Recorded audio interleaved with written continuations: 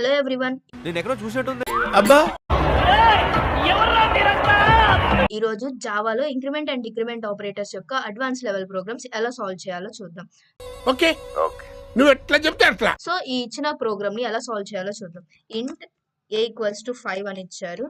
ఇంట్ b equals to ఈ expression ఎలా సాల్వ్ చేయాలి? System dot out dot println b. So ఇది ఇంటర్నల్ గా ఎలా ఎగ్జిక్యూట్ అవుతుంది అంటే, first a plus plus post increment అంటే 5 అలాగే ఉంటుంది, దెన్ ఇంక్రీజ్ అవుతుంది అనమాట. సో 5 ఇంక్రీజ్ అయితే 6, దెన్ ప్లస్ ఏ అంటే ప్రీ ఇంక్రిమెంట్ అంటే ఫస్ట్ ఇంక్రీజ్ అవుతుంది అంటే ఏ బికమ్స్ 7.